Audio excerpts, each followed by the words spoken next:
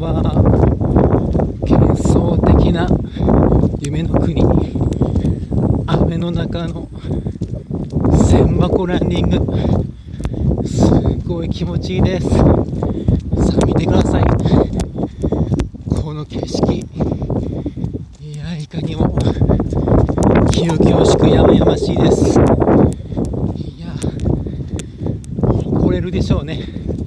かなりの気持ちいいです。見渡す限り幻想的な夢の世界です。いや、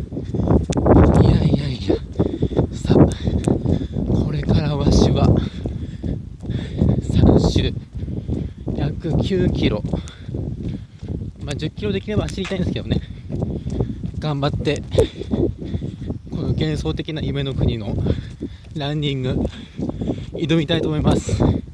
以上です。